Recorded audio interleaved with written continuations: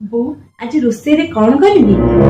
ଭାଉଜ ତମେ ଆଜି ଆଳୁ ତରକାରୀ ଆଉ ପରଟା କରିଦିଅ। ଠିକ ଅଛି ମା, ତୁ ଭାଉଜଙ୍କ ଉପରେ କଣ ପାଇଁ ରାଗିଛୁ? ତାକୁ ଯେତେବେଳେ ଦେଖ ଖାଲି ତା ମା ସହ ଗପୁଛି। ଆଚ୍ଛା ମା, ତୁ କହ ଭାଉଜ ଘରର ସବୁ କାମ କରନ୍ତି କି ନା? ହଁ କରେ। ଭାଉଜ ସମସ୍ତଙ୍କୁ ଖୁସିରେ ରଖିଛନ୍ତି କି ନାଇଁ? ହଁ ରଖିଛି। ଭାଉଜ ଯଦି ତାଙ୍କ ମା ସହ କଥା ହେଇକି ତାଙ୍କୁ ଯଦି ଭଲ ଲାଗୁଛି ତାହେଲେ ସେଥିରେ ଭୁଲ କଣ ମା? ଇଏ ଏବେ ଘରର ବୋହୂ, ତା ମା ସହ 2 ଘଣ୍ଟା ଲେଖା ଗପିବାକୁ ତାକୁ ଶୋଭା ପାଏନି। ତାହେଲେ ବାହାଘର ପରେ ମୁଁ ବି ତତେ କେବେ କଲ୍ କରିବି। ମୋ ଶାଶୁ ଯଦି ତୋ ସହ କଥା ହେବା ପାଇଁ ମନା କରିବ ତାହେଲେ ତତେ କେମିତି ଲାଗିବ?